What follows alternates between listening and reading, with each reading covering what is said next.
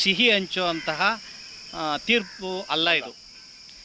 ಅಂದರೆ ಒಳ ಮೀಸಲಾತಿ ವರ್ಗೀಕರಣದ ತೀರ್ಪಿನ ಗುಟ್ಟನ್ನು ಅರ್ಥ ಮಾಡ್ಕೊಳ್ಳೋದ್ರಲ್ಲಿ ನಮ್ಮ ಸಮಾಜದ ಸಚಿವರು ವಿಫಲರಾಗಿದ್ದಾರೆ. ಒಳ ಮೀಸಲಾತಿ ವರ್ಗೀಕರಣ ಏನು ಸಚಿವ ಸಂಪುಟ ಮಾಡಿದೆ, ಅದರಲ್ಲಿ 1-2 ಹುದ್ದೆ ಖಾಲಿ ಇದ್ದರೆ, 3 ಖಾಲಿ ಇದ್ದರೆ ಜನರಲ್ಗೆ ಕಾಂಪಿಟೇಷನ್ ಮಾಡಬೇಕು ಎಸ್ ಸಿಗಳು ಅಂತ ಹೇಳಿ ಒಂದು ತೀರ್ಮಾನವನ್ನು ಕೊಟ್ಟಿದೆ.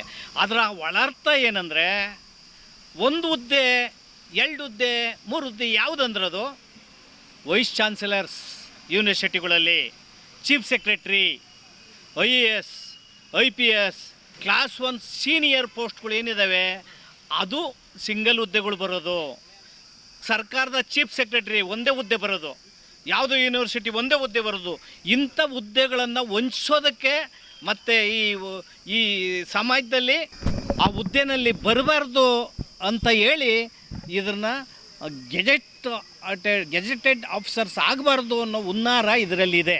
ಕಾರಕುಂದ್ರ ಕೆಲಸ ಮಾಡೋರು, ಪೌರ ಕಾರ್ಮಿಕ ಕೆಲಸ ಮಾಡೋರು, ಅಲ್ಲಿಗೆ ಮಾತ್ರ 15 ಪೋಸ್ಟ್ಗಳು ಮೇಲೆ 15, 50, 60 ಪೋಸ್ಟ್ಗಳು ಮಾತ್ರ ಇವ್ರು ತಗೊಂಡ್ಲಿ ಒಳ ಮೀಸಲಾತಿನಲ್ಲಿ. ಮತ್ತೆ ಇವ್ರಿಗೆ ಕೂಲಿಗೆ ಇಡೋಣ ಅಂತೇಳಿ ಗೆಜೆಟೆಡ್ ಪೋಸ್ಟನ್ನು ಅವಾಯ್ಡ್ ಮಾಡೋ ಅಂಥದ್ದನ್ನು ABC ವರ್ಗೀಕರಣವನ್ನು ಹೈಜಾಕ್ ಮಾಡಿದಾರಲ್ಲ, ಇದು ಅತ್ಯಂತ ಘೋರ ಅನ್ಯಾಯ ಮತ್ತು ಘನಘೋರ ಅನ್ಯಾಯ ನಡೆದಿದೆ ಇಲ್ಲಿ. ಆದ್ದರಿಂದ ಸಂಭ್ರಮಾಚರಣೆ ಸಿಹಿ ಸುದ್ದಿ ಅಲ್ಲ, ಇದು ಅರ್ಧ ಸತ್ಯ. ಮತ್ತು ಇಷ್ಟು ಹೋರಾಟ ಮಾಡಿ ದಣಿದಿರೋರು ನಾವು ಒಪ್ಕೊಬೇಕಾಗಿದೆ. ಕೀ ಪೋಸ್ಟ್ಗೆ ಒಳ ಮೀಸಲಾತಿಯನ್ನು ರದ್ದು ಮಾಡಿದ್ದಾರೆ. ಸಿಹಿ ಸುದ್ದಿ ಸಿಹಿ ಹಂಚಿರೋ ಅಂಥವ್ರು ಸಿದ್ದರಾಮಯ್ಯನವರ ಸುತ್ತಮುತ್ತ ಇರೋ ಅಂಥವ್ರು ಅಂತ ನಾನು ಹೇಳ್ಬೇಕಾಗ್ತದೆ. ಒಂದು. ಎರಡನೇದು ಒಳ ಮೀಸಲಾತಿನೇ ಅರ್ಥ ಆಗಿಲ್ಲ. ಒಳ ಮೀಸಲಾತಿ ಅಲ್ಲ, ಮೀಸಲಾತಿನೇ ಅರ್ಥ ಆಗಿಲ್ಲ. ಮತ್ತು ಹೋರಾಟಗಾರರಲ್ಲ, ಅಧ್ಯಯನಶೀಲರು ಅಲ್ಲ, ಅವ್ರಿಗೆ ರೋಸ್ಟರ್ ಪದ್ಧತಿ ಅರ್ಥ ಆಗಿಲ್ಲ, ಒಳ ಮೀಸಲಾತಿ ಅರ್ಥ ಆಗಿಲ್ಲ, ಬಿಂದುಗಳು ಅರ್ಥ ಆಗಿಲ್ಲ. ಮತ್ತು ಸರ್ಕಾರ ಏನು ಮಾಡಿದೆ ಅವ್ರಿಗೆ ಪರಿಪೂರ್ಣ ಮಾಹಿತಿನೂ ಸಿಕ್ಕಿಲ್ಲ, ಅವ್ರು ತಿಳ್ಕೊಳಕ್ಕೆ ಇಷ್ಟನೂ ಇಲ್ಲ. ರಾಜಕೀಯದ ಪೋಸ್ಟ್ಗೆ ಓಡಾಡೋ ಅಂಥವ್ರು ಕುರ್ಚಿ ಮುಖ್ಯ ಅಲ್ಲ, ನೀವು ಈ ಸಮಾಜದ ಜೀವನ ಮುಖ್ಯ ಅನ್ನೋದು ಅರ್ಥ ಮಾಡ್ಕೋಬೇಕು. ಹೋರಾಟಗಾರರು ಜೀವನ ಕಳ್ಕೊಂಡಿದ್ದಾರೆ ಅನ್ನೋದನ್ನು ತಿಳ್ಕೋಬೇಕು.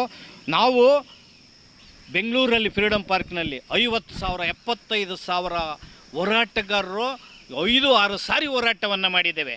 ನಾವು ಹೋರಾಟ ಮಾಡಿದಾಗಲೂ ಹೋರಾಟಗಳನ್ನು ಬಂದ್ಬಿಟ್ಟು ತಾಂಡೋಗಿ ಸಿದ್ದರಾಮಯ್ಯರು ಪಾದಕ್ಕೆ ಹಾಕಿಬಿಡೋದು.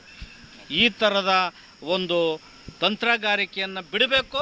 ಅಭಿನಂದನೆ ಮಾಡ್ತೀವಿ, ಸಿಹಿ ಹಂಚ್ತೀವಿ ಅನ್ನೋದನ್ನು ಬಿಡಬೇಕು. ಒಳ ಮೀಸಲಾತಿ ಮಾಡೋದನ್ನ ಸರಿಯಾದ ರೀತಿಯಲ್ಲಿ ಅರ್ಥ ಮಾಡ್ಕೋಬೇಕಂತ ನಾನು ಮನವಿ ಮಾಡ್ತಾಯಿದ್ದೀನಿ.